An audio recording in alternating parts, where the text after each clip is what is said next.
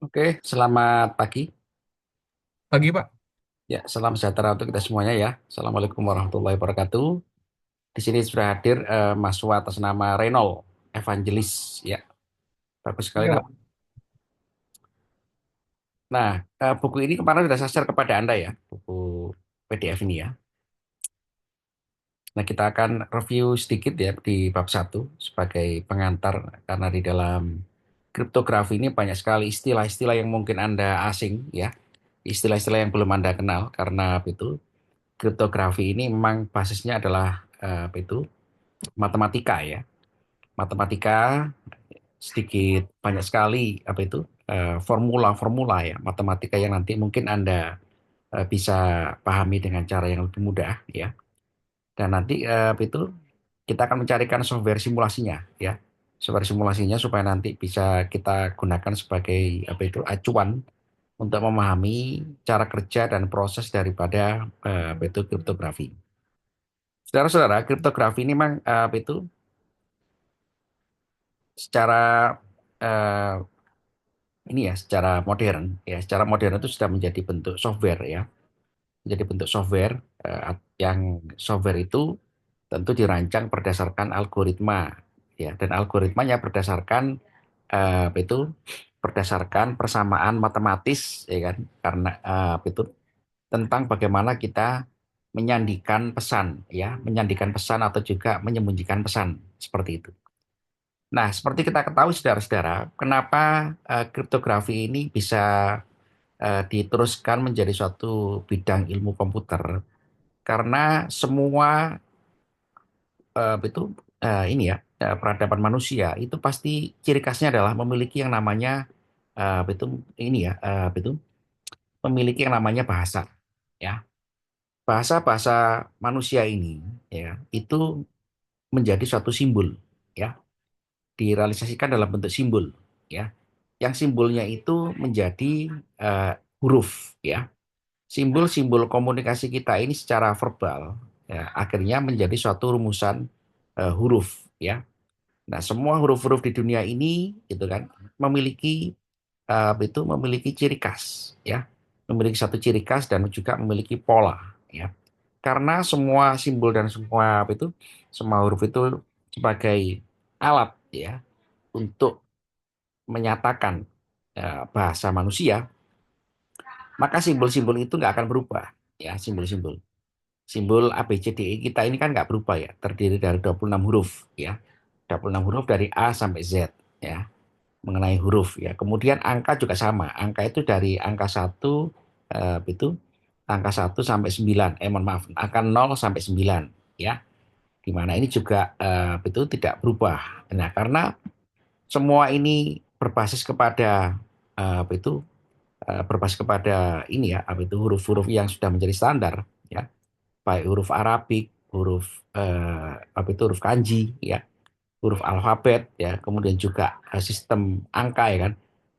Dan sistem-sistem tadi itu saudara-saudara memiliki pola yang konstan ya.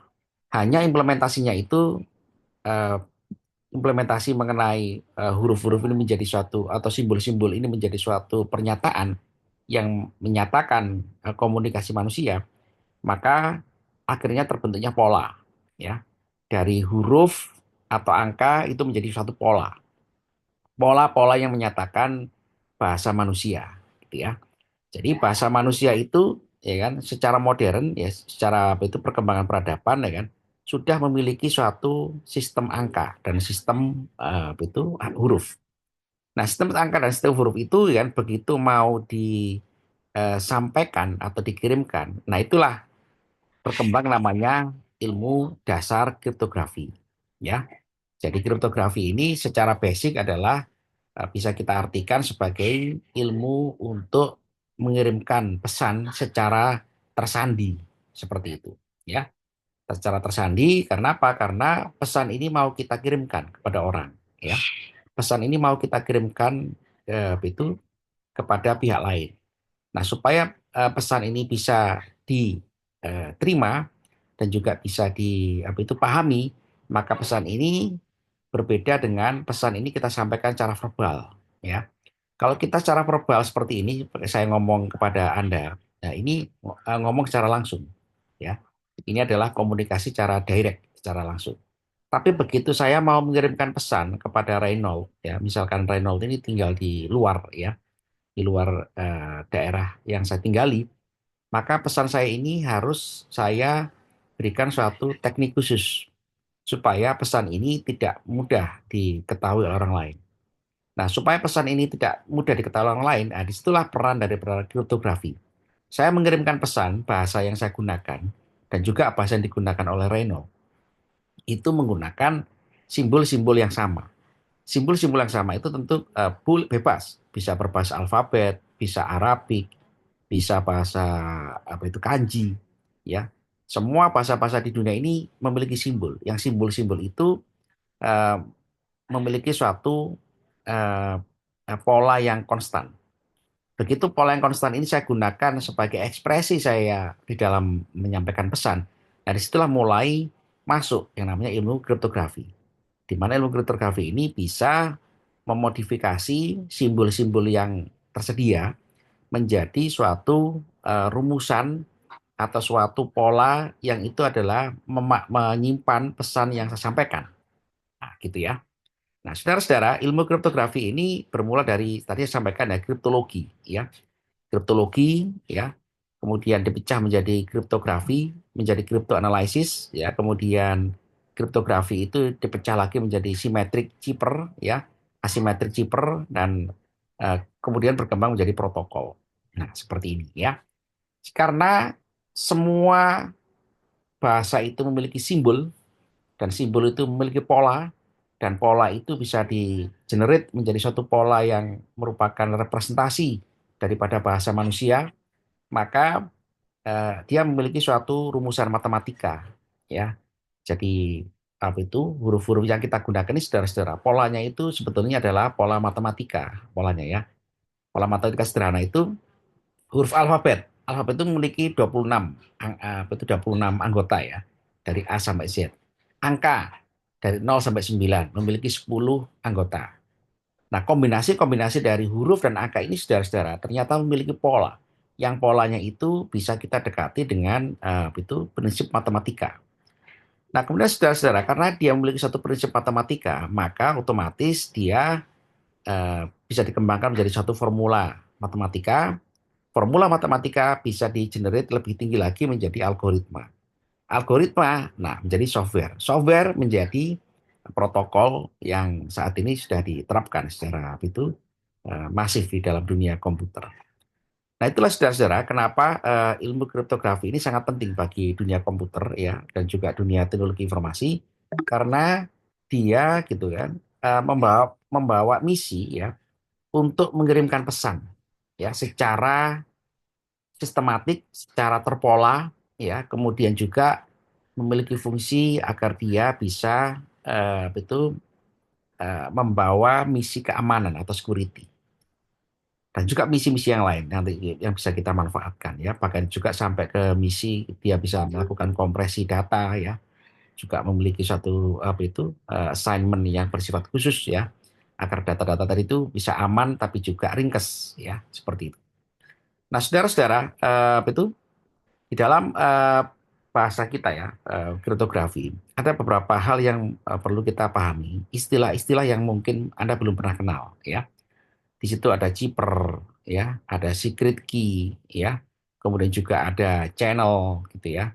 Kemudian juga ada katakanlah apa itu eh, secret key ya, itu kunci-kunci rahasia ya.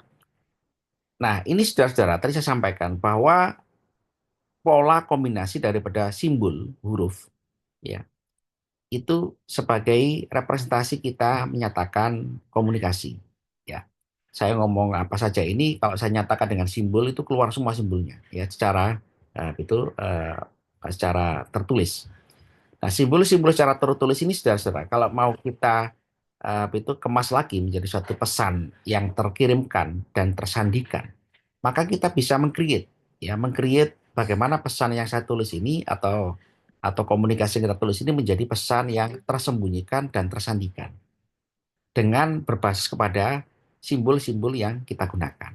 Nah, itu juga satu contoh gitu kan bagaimana kita nanti gitu kan bisa merancang hal ini sebagai metode di dalam kita mengirimkan pesan atau juga menyandikan pesan seperti itu.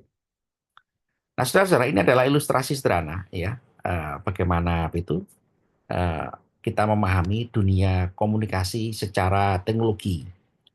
Dunia komunikasi secara teknologi, saudara-saudara, itu kita pandang bahwa kalau kita mau berkomunikasi dengan pihak lain, ya, dengan medium transmisi, medium transmisi ini boleh telekomunikasi, boleh jaringan komputer, boleh apa saja ya. Yang pasti adalah kita mau mengirimkan pesan secara jarak jauh. Pesan secara jarak jauh ini tentu pesan ini melewati suatu medium yang namanya adalah channel, ya, kanal. Ya. Jadi di dalam ilmu telekomunikasi atau juga ilmu jaringan komputer, saudara-saudara, pesan kita itu berada di mana? Ini sangat penting untuk kita pahami. Ya, saya mengirimkan pesan kepada Anda, ya, atau juga saya betul berkomunikasi dengan Anda via WA, ya, via sosial media. Nah, pertanyaan adalah mediumnya mana yang saya gunakan? Ya, coba kita diskusi sebentar atau sedikit. Ini adalah contoh. Alice ya mengirimkan pesan kepada Oscar ya atau juga Bob ya. Alice ya kan mengirimkan pesan ini saudara-saudara. Apakah langsung nyampe kepada Oscar atau Bob? Nah, belum tentu. Kenapa? Karena pesan yang dikirimkan oleh Alice ini saudara-saudara melewati yang namanya medium atau kanal. Nah, medium atau kanal ini saudara-saudara, ya kan, itu adalah memiliki suatu pemahaman. Dia sistem yang tidak pasti, ya. Sistem yang tidak pasti. Kenapa sistem tidak pasti? Karena di sini adalah medium atau kanal yang kita tidak tahu, ya, perilaku daripada medium dan kanal ini. Nah, perilaku dan medium dan kanal ini walaupun kita tidak tahu, tapi kita bisa melakukan karakterisasi atau pemodelan, ya. Nah, WA itu Zoom kita ini bisa berjalan dengan Anda, gitu saudara-saudara. Karena apa? Karena medium atau kanalnya itu sudah didefinisikan, ya. Medium atau kanal sudah didefinisikan, sudah dikarakterisasi gitu kan. Saya mengirimkan pesan kepada Anda dengan Zoom seperti ini, ya. Maka komputer saya mengirim kepada jaringan, jaringan mengirim kepada operator, operator gitu kan. Nah, dari operator sampai ke Anda itu ternyata medium semua itu. Medium dari saya ke rumah, dari saya di rumah sampai ke operator sampai ke apa itu? Terminal-terminal apa itu pengolah jaringan selanjutnya sampai ke rumah Anda. Nah, dari saya di depan komputer saya ini sampai ke Anda itu ternyata medium semua. Medium-medium atau kanal informasi. Yang kanal informasi ini saudara-saudara, ya kan, itu harus kita pandang sebagai hal yang tidak pasti, ya. Bisa jadi ada gangguan, kita nggak tahu. Ya, bisa jadi juga ada apa itu hal-hal yang katakanlah merugikan pesan yang saya kirimkan kepada Anda, saya juga tidak tahu. Nah, ya, karena tidak tahu tadi itu, saudara-saudara, maka memahami karakteristik daripada medium atau kanal informasi itu sangat penting. Karena pesan kita itu ada di situ. Pesan kita itu berjalan di dalam medium-medium yang tidak pasti ini. Nah, karena pesan kita itu berjalan di dalam medium-medium yang tidak pasti, ya, maka itulah saudara-saudara diperlukan yang namanya suatu konsep, ya, kita bagaimana kita mengirimkan pesan ini di dalam medium ya yang tidak mengalami gangguan atau juga tidak hilang di dalam perjalanan di dalam medium itu sendiri. Nah, itulah ya. Sehingga apa saudara-saudara? Sehingga dikenal di dalam ilmu kriptografi ada yang namanya dua jenis medium ya atau kanal. Ada insecure channel, ada secure channel. Gitu ya. Paham saudara-saudara ya? Halo? Halo? Halo? Halo? Ya, Pak. Nah, gitu ya. Nah, bagaimana kita bisa mengirimkan pesan ini di dalam kanal, ya kan? Maka ini sebagai salah satu ilustrasi gitu kan. Alice ya, untuk mengirimkan pesan dia harus mengenkripsi pesannya, enkripsi, ya, dienkripsi, disandikan, ya. Jadi enkripsi itu bahasa yang paling mudah itu disandikan, ya. Jadi Kak Alice mengirimkan kata, misalkan mengirimkan kalimat selamat pagi, Selamat pagi yang ditulis dalam bahasa teks itu tidak dalam bentuk selamat pagi, walaupun isinya selamat pagi, ya. Jadi Alice waktu mengirimkan kalimat selamat pagi kepada Oscar maupun Bob, tapi bentuknya bukan lagi selamat pagi secara simbol. Bentuknya adalah terenkripsi, ya. Yang enkripsi itu kalau kita itu dekripsi nanti isinya adalah selamat pagi juga. Nah, gitu ya. Kenapa kok harus dirubah menjadi enkripsi, saudara-saudara? Kenapa? Kenapa waktu Alice mengirimkan kalimat selamat pagi ke dalam channel ini, ya, dia tidak lagi dalam bentuk selamat pagi simbolnya, ya, tapi dalam bentuk yang berbeda, ya. Nah, itu saudara-saudara, karena apa? Karena medium atau kanal informasi yang dilaluinya oleh pesan tadi itu bersifat insecure channel, ya, insecure channel. Nah, insecure channel inilah saudara-saudara yang membahayakan bagi pesan yang kita kirimkan, baik kepada Oscar maupun juga kepada Bob.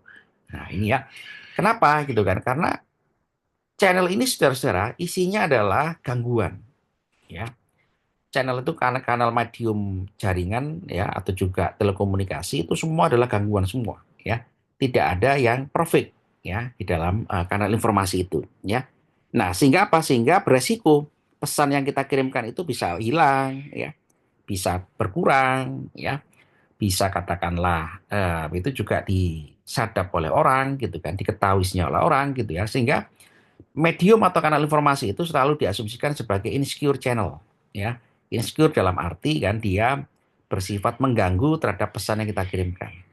Nah, karena bersifat mengganggu atau pesan yang kita kirimkan ini, maka perlulah adanya satu metode enkripsi supaya tidak terganggu atau meminimalkan gangguan, ya.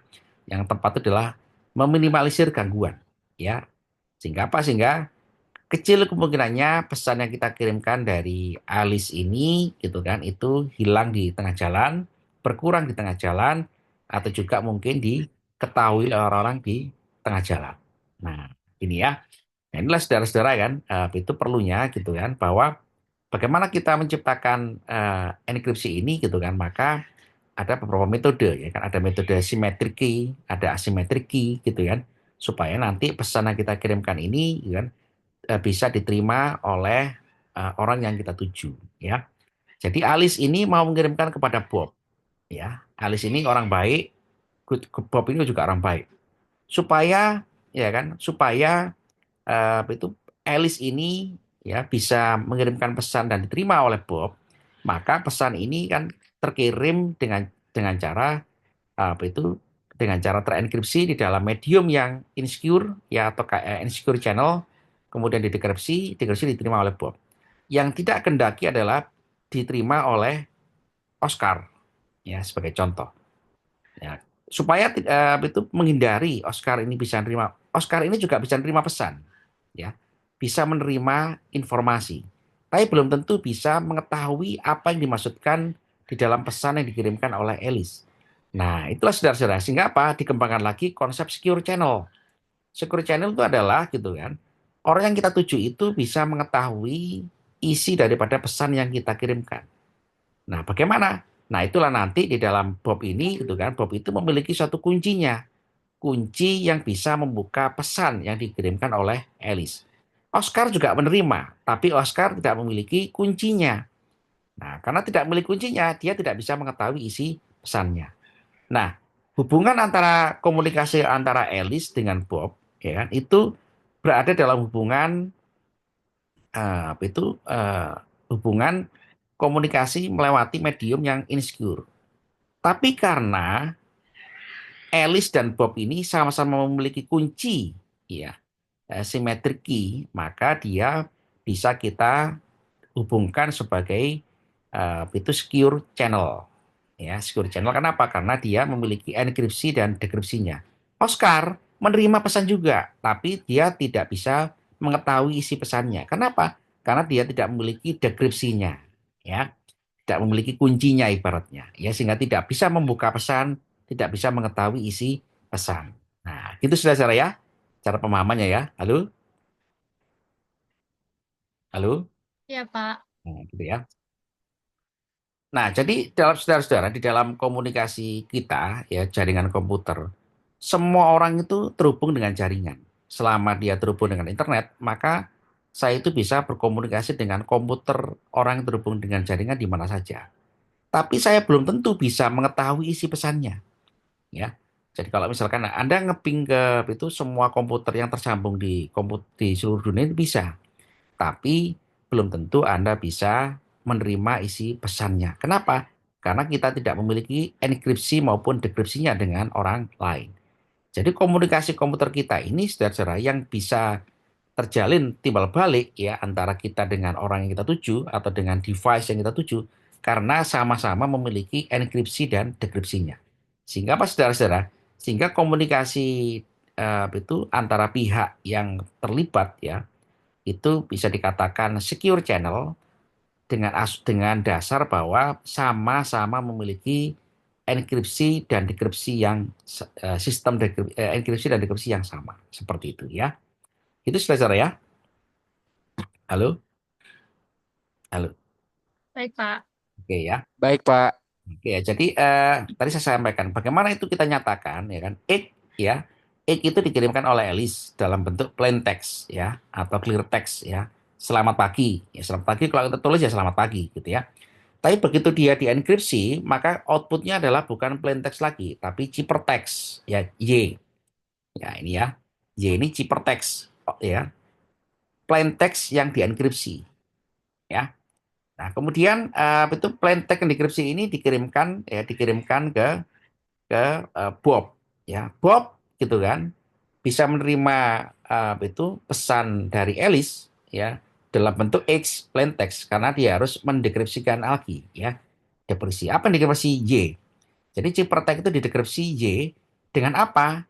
Dengan K ya dengan kuncinya tadi itu key ya dengan K ya jadi apa itu ada istilah-istilah ya ada plain text ya atau clear text ada ciphertext output sebagai luaran dekripsi kemudian juga ada bagaimana cara kita membuka enkripsi atau dekripsinya dengan key ya kemudian apa itu set all of possible key gitu kan nah key ya nah itu adalah key space ya jadi key ini saudara-saudara kunci itu kan banyak ya kunci itu adalah cara membuka simbol atau pesan ya.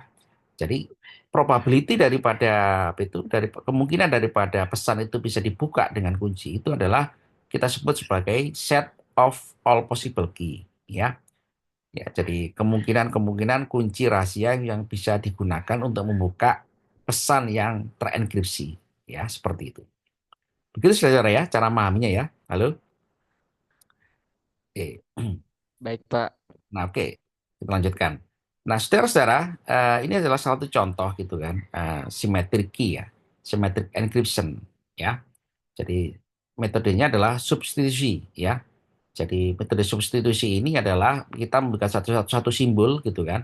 Misalkan A menjadi K, B menjadi D, C menjadi W. Ini contoh aja ya. Jadi kalau misalkan kita punya huruf A, huruf alfabet ya, huruf alfabet itu bisa kita kombinasikan sebagai bentuk yang berbeda ya.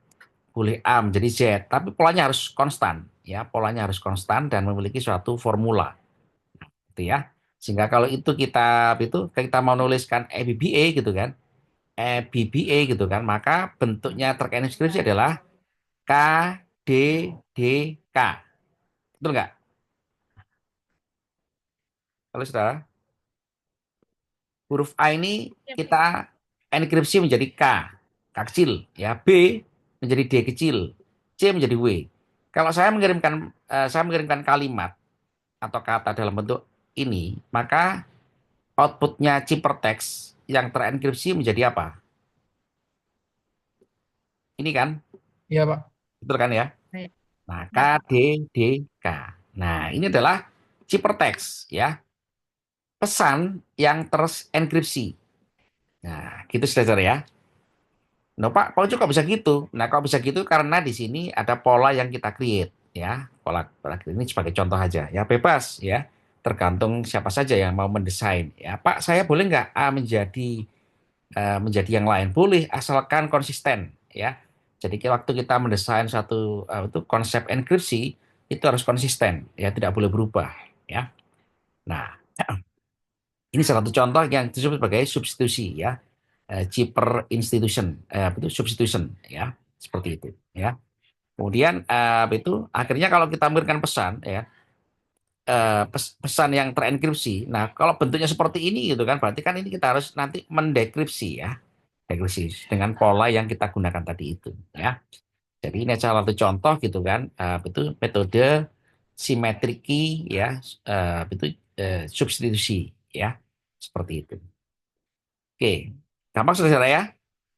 Halo, Oh, Pak. gampang ya kira-kira ya? Yang pertama ini gampang, gitu ya, gampang ya. Ini apa itu nggak terlalu sulit ya, nggak terlalu sulit ya kan, sehingga nanti bisa kita apa itu bisa kita buat itu perhitungan yang manual ya, manual. Oke. Kemudian saudara-saudara, itu bagaimana kita bisa menghitung key space ya, of the apa itu, substitusi, maka kita bisa melakukan yang namanya apa itu permutasi ya. Permutasinya itu kalau misalkan ada 25 huruf ya, 26 huruf ya, 26 huruf alfabet ya kan, berapa itu kemungkinan key-nya ya secara digital. Kemungkinan key-nya adalah kalau misalkan dua digit ya, maka adalah 2 pangkat 88 ya. Dan ini kalau misalkan ada suatu software ya yang bisa nge-crack ya kan, dua kombinasi huruf ya, dua kombinasi huruf ya kan untuk nge-crack key, maka kita harus generate ya kan kombinasi 2 pangkat 88. Wah, ini kan sangat besar ya, komputer untuk menghitung ini ya. Sangat besar ya, walaupun ada ya, ada caranya ya. Kalau Anda pernah lihat film-film yang apa itu, yang apa itu bagaimana komputer itu dibobol ya kan, passwordnya kan, nah itu kan ada kombinasi digit-digit yang dibangkitkan oleh komputer tadi itu. Dan itu dia ngitung seret seret seret gitu terus kan ya, mengajukan apa itu kombinasi-kombinasi gitu kan yang di generate secara random ya, secara random dengan kombinasi sebanyak 80, kalau dua digit aja gitu ya, itu 2 pangkat 88. Berarti ini kan makan waktu yang sangat panjang hanya untuk mengajukan kunci pembuka informasi gitu kan sebanyak 2 digit. Nah, seperti itu ya. Ini contoh aja ya. Contoh aja bagaimana kita memahami simulasi tadi itu ya. Kemudian Pak, apa ini kita belum bicara security ya, ini sebagai contoh aja ya. Nah, dari contoh tadi saudara-saudara, kita akan mengenkripsi ya, itu kalimat ini. We will meet in the middle of the library at noon, all arrangement amidst.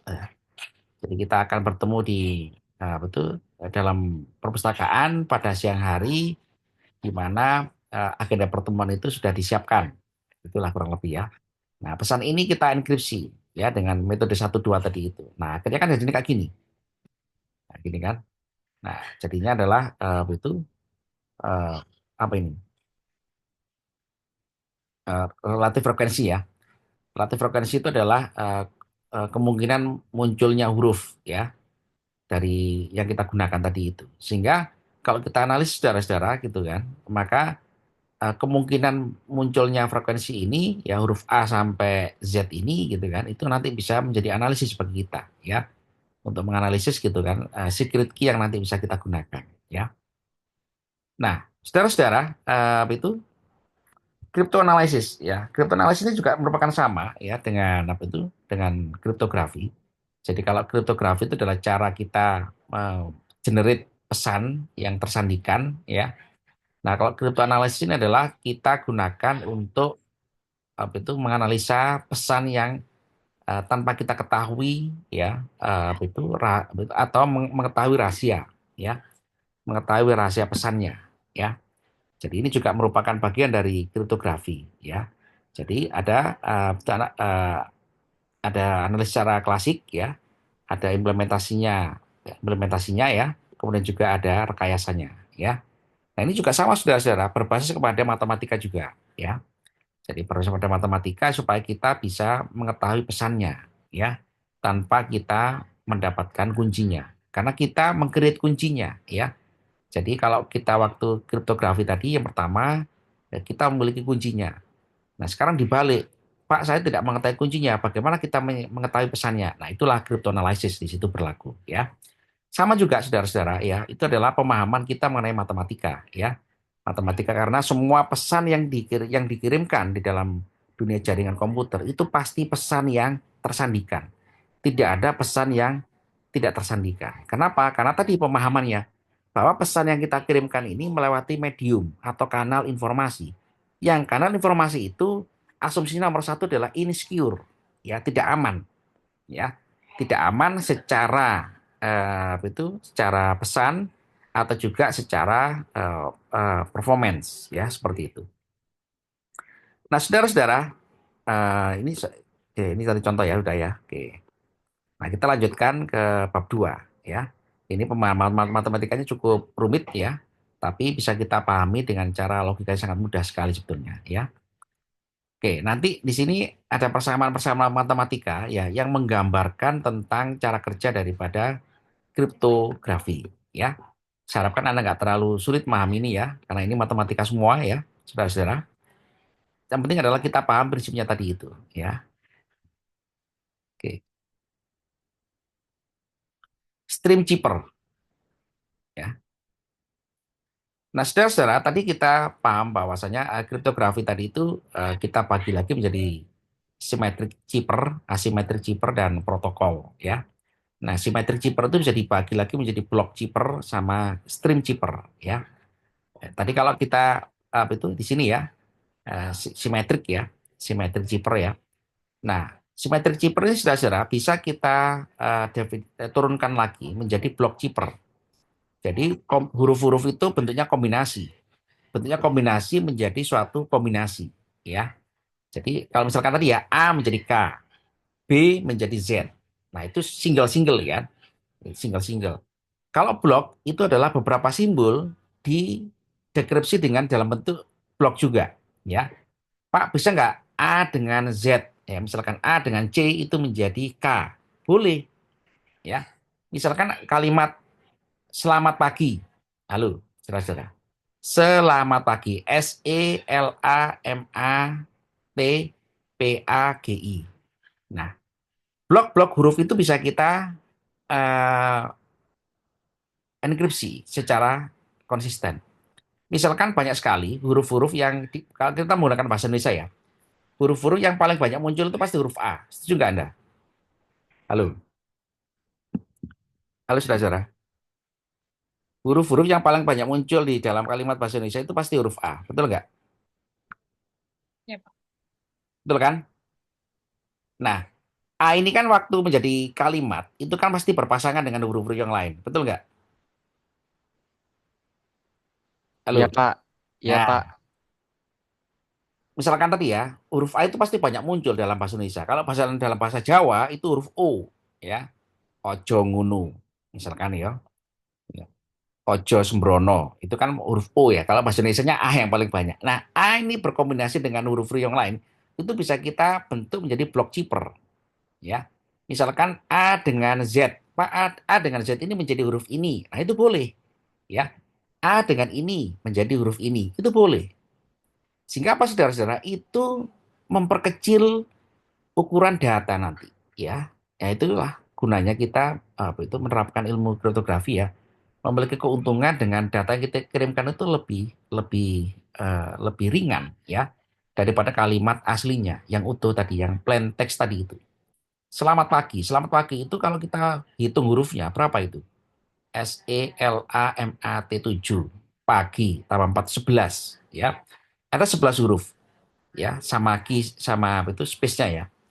Itu 11 huruf ya, 12 huruf lah ya sama space-nya. Kalau dalam dunia komputer kan berarti itu 12 ya. 12 itu kalau kita jadikan sebagai simbol digital itu kan banyak sekali tuh. Nah, simbol digital ini kan nanti merampat di dalam medium insecure channel tadi itu. Nah, itu bitnya banyak sekali, bitnya yang kita kirimkan kalau kalimatnya plain text. Tapi kalau itu kita enkripsi ya dengan metode yang kita rancang, maka pesan tadi itu bisa menjadi lebih ringan. Bitnya nggak terlalu banyak. Kalau bitnya nggak terlalu banyak, apa manfaatnya? Bandwidth komputer bisa bandwidth internet bisa lebih ringan, data yang kita simpan juga lebih ringan. Nah, seperti itu. Bagaimana? Maka kombinasi-kombinasi huruf-huruf simbol ini bisa kita ringkas menjadi enkripsi. Misalkan SELA, Pak bisa nggak itu banyak itu L dengan A dengan M kita enkripsi menjadi satu huruf, boleh. Ya asalkan konsisten, semua rumusnya juga nanti seperti itu. Jadi kalau misalkan LAM ya itu muncul menjadi huruf K ya, misalkan hurufnya K, maka kalimat yang kita kirimkan SELAM itu menjadi K, SEK misalkan ya, mat. Ya, berarti belakangnya adalah MT, SEKMT. Nah, kan lebih mengurangi 3 huruf yang kita kirimkan ya, seperti itu dan seterusnya ya. Stream cheaper ya, itu juga sama ya. Stream cheaper itu nah, ini secara time time varian ya, jadi hampir sama gitu kan. Hanya bedanya adalah apa itu secara urutan ya. Secara urutan huruf itu, simbol itu muncul di dalam suatu kalimat. Ya, itu bisa kita berlakukan namanya enkripsi juga ya. Jadi block chipper dan stream chipper ini saudara-saudara memberikan peluang kepada kita merancang ya kombinasi-kombinasi huruf untuk lebih ringkas atau juga itu urutan-urutan hurufnya secara lebih ringkas ya. Sehingga kalimat-kalimat yang kita kirimkan di dalam apa itu jaringan ilmu komputer ya atau jaringan data ya atau juga dalam penyimpanan data kan itu nanti bentuknya adalah bukan lagi plain text ya tapi ciphertext. Ciphertext yaitu adalah pesan yang terenkripsi dengan pola-pola yang kita ciptakan baik secara bentuk blok maupun juga dalam bentuk urutan stream. Nah, seperti itu. Begitu saudara? Halo? Halo? Baik, Pak. Gampang ya. Ini sebenarnya mudah ya. Yang bikin sulit itu karena notasi matematisnya yang ini ya.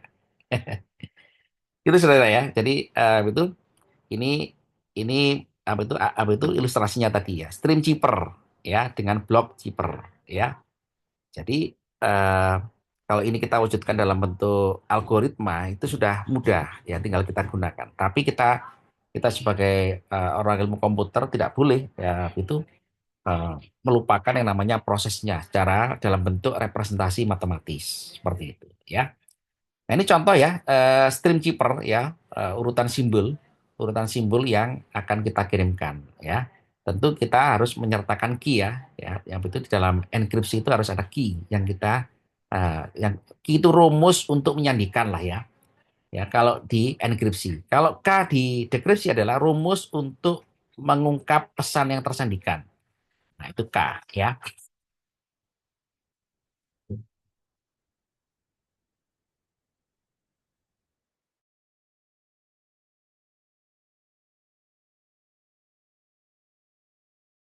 Nah, oke ya. Jadi saudara-saudara, baik stream cheaper maupun block cheaper ya, mensyaratkan keduanya harus memiliki key ya, kunci ya. Jadi urutan-urutan simbol yang mau kita kirim, mau kita enkripsi gitu kan, secara urutan ya kan, memiliki polanya ya. Yang pola-pola itu kita definisikan menjadi kunci tadi ya. Nah, dengan kita memiliki apa itu kunci yang dapat menyandikan atau mengenkripsi, maka pesan-pesan tadi itu jauh lebih betul bisa kita katakan secure ya. Karena hanya orang yang memiliki kuncinya saja, kunci enkripsi maupun juga kunci dekripsi. Ya, yang block chipper juga sama. Hanya orang-orang yang memiliki rumus key ya untuk enkripsi maupun juga dekripsi ya dengan bentuk pola block chipper itu lebih bisa ya mendapatkan pesan tadi itu ya. Nah, saudara-saudara, kalau kita lihat tadi itu ya kan maka apa itu baik Pak boleh nggak menggunakan dua-duanya Pak? Kombinasi antara stream chipper maupun juga block chipper. Boleh saudara-saudara? Halo? Ya, Pak. Nah, itu boleh ya. Misalkan adalah Pak, bisa nggak kita itu menggunakan dua-duanya secara kombinasi? Itu boleh, tergantung kita ya. Jadi algoritma yang nanti kita gunakan ya kan, Pak boleh nggak Pak, block chipper itu berlapis-lapis, penyandiannya itu bertingkat, ya, block chipper bertingkat-tingkat, boleh, itu nggak ada masalah ya. Kemudian stream chipper juga sama, boleh bertingkat-tingkat. Jadi semakin rumit ya kita menciptakan metode itu eh, tadi ya metode kriptografi ya dengan cara berlapis-lapis kan semakin bagus ya. Yang jadi masalah adalah apakah prosesnya itu eh, bisa diukur dengan kecepatan. Nah, itu berbeda lagi ya. Tapi kalau untuk tujuan security dan tujuan tadi ya untuk menyampaikan bahwa pesan tadi itu dapat secure di dalam medium, itulah yang harus menjadi satu rumusan bagi desainer-desainer daripada orang-orang yang betul berkutat dalam ilmu kriptografi ini ya. Nah, saudara-saudara, nah ini nanti menjadi apa itu pekerjaan apa itu utama kita dalam bahasan mata kuliah kita ini ya, enkripsi dan dekripsi ya, seperti itu ya. Jadi nanti ini kita sedikit mempelajari matematika ya. Saya harapkan Anda nggak terlalu sulit ya. Anda pasti mengenal modulus ya. Modulus itu apa saudara-saudara yang Anda pahami waktu SMA dulu? Halo, halo. Ya, Pak. Ya, Pak. Nah, modulus ya. Ya, Pak. Jadi modulus itu kan sisa ya, gitu ya. Modulus itulah sisa operasi, betul kan ya? Sisa operasi matematik ya, modulus ya. Boleh sisa penjumlahan, boleh sisa pembagian, boleh sisa ya. Yang pastinya adalah dia apa itu eh, data atau simbol atau huruf gitu kan, yang katakanlah tidak terkena operasi daripada rumus matematika yang kita gunakan ya. Misalkan 7 dibagi 5. Ya, 7 bagi 5 itu kan karena 7 itu tidak angka yang genap kelipatan 5, maka kan 7 dibagi 5 bisa nggak? Bisa. Berapa dibagi Bisa. 5? Satu, ya kan gitu kan. Sisa berapa? Sisanya sisa 2 kan gitu, ya. Masih ingat ya modulus ya saudara-saudara ya? Halo, Ya, masih, Pak. masih ingat ya? Nah, ini Iya, kita Pak.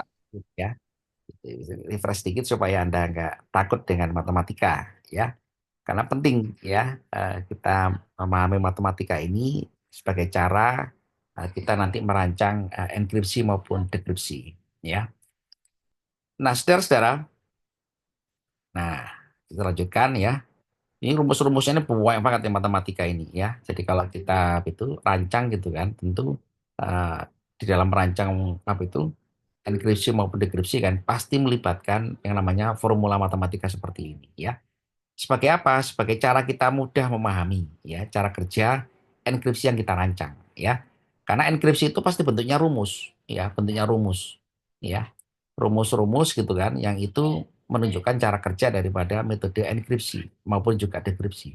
Karena kenapa harus rumus? Karena nanti jadi acuan kita merancang algoritmanya ya. Sehingga apa kalau itu sudah menjadi suatu rumusan matematika, menjadi algoritma, ya udah itu konsisten, ya konsisten yang relatif tidak boleh berubah, ya.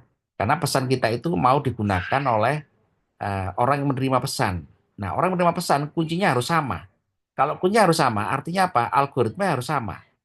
Algoritma harus sama artinya apa? Rumusnya juga harus sama. Nah, sehingga pesan kita bisa diterima seperti itu, ya. Tapi itu saudara-saudara ya, minggu depan itu kita akan latihan ya, latihan untuk itu melakukan enkripsi dan dekripsi dengan kode ASCII ya, kode ASCII ya, yang melibatkan juga apa itu operasi digital ya, operasi digital mungkin juga AND ya, OR, NAND ya, yang saya pikir ini Anda juga pernah mendapatkan teori ini di dalam mata kuliah sistem digital ya, jadi supaya nggak terlalu sulit ya, maka kita pahami cara yang paling mudah dulu, enkripsi dan dekripsi ya. Begitu sudah cara, ada pertanyaan silakan. Halo, Ya, Pak. oke, oke, kita lanjutkan, insya Allah minggu depan ya, saudara-saudara ya. Saya mau bikin contoh dulu gitu kan, metode enkripsi dan dekripsi yang mudah dipahami ya oleh Anda ya. Coba nanti itu tidak terlalu sulit ya bagi Anda untuk itu memahami contoh enkripsi dan dekripsi ya. Begitu saudara ya. Siap, Pak. Oke, oke bagus. Kalau gitu kita lanjutkan minggu depan ya. Buku ini sudah saya kirimkan kepada Anda ya di LMS ya. Baik, Pak. Terima kasih, Pak. Oke, ya silakan dibaca dan dipahami ya. Nanti kita itu contoh latihan ya. Contoh latihannya nanti contoh soal latihan nanti manual, saudara-saudara. Ya, nah, ya paling tidak menggunakan Excel lah ya. Paling mudah itu menggunakan Excel ya. Bagaimana kita create enkripsi dan dekripsi ya. Paling ini ya paling mudah. Ya. Nanti coba saya mencari software yang itu yang bisa kita gunakan ya. Atau juga menggunakan apa itu Google Colabs ya. Kalau Google Colabs ini kita menggunakan sedikit pemrograman ya untuk melakukan simulasi enkripsi dan dekripsi. Kira-kira Anda bisa sudah cara ya kalau simulasi nanti ya dengan sedikit pemrograman. Halo, Ya, Pak. Ya, Pak. bisa ya? Contoh tadi ya huruf A, B, C, D itu mau kita create enkripsinya menjadi ciphertext ya dengan rumus Oh, yang kita create i- ya.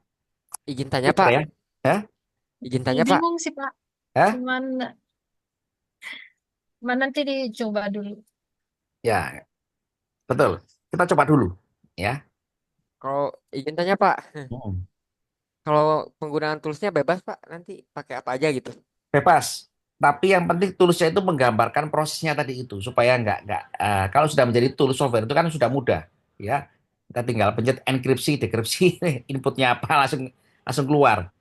Ya, itu sudah banyak Hmm. sekali software seperti itu. Tapi saya nggak inginkan yang langsung seperti itu. Saya inginkan prosesnya supaya Anda tahu, gitu ya, Baik, saudara-saudara. Pak. Karena kalau sudah menjadi software yang sering kita lihat, tentu Asrul tadi ya, bagus, saya udah pernah melihat ya. Proses proses dalamnya tadi ya berjalannya itu eh, plain text menjadi ciphertext ini kan ada proses yang cukup panjang dan rumit ya gitu ya. Nah, kenapa saya menekankan pemahaman proses supaya nanti kalau kita itu gunakan sebagai analisa kita mengetahui prosesnya. Nah, saudara-saudara, orang itu bisa itu bisa ini ya itu bisa untuk mendapatkan secret key karena mengetahui prosesnya, ya. Jadi tidak semata-mata karena dia mencoba-coba, tapi dia harus mengetahui prosesnya. Bagaimana sih dia proses enkripsinya? Kalau proses enkripsinya diketahui, otomatis kuncinya diketahui. Nah, gitu ya. Jadi orang-orang yang katakanlah itu berahli dalam sistem keamanan, ya, itu pasti menyembunyikan proses enkripsinya karena itu memang rahasia, ya. Jadi kalau misalkan kita nanti apa itu ahli dalam cyber security ya, itu semua pesan-pesan ini ya, ini harus bisa kita enkripsi secara perfect ya, supaya tidak diketahui ya, tidak diketahui prosesnya sehingga apa? Kuncinya nggak diketahui. Kalau kita mengetahui prosesnya enkripsi, otomatis diketahui. Nah, kunci-kuncinya tadi itu ya. Begitu sudah cara ya. Kita latihan dari prosesnya dulu, maksud saya ya.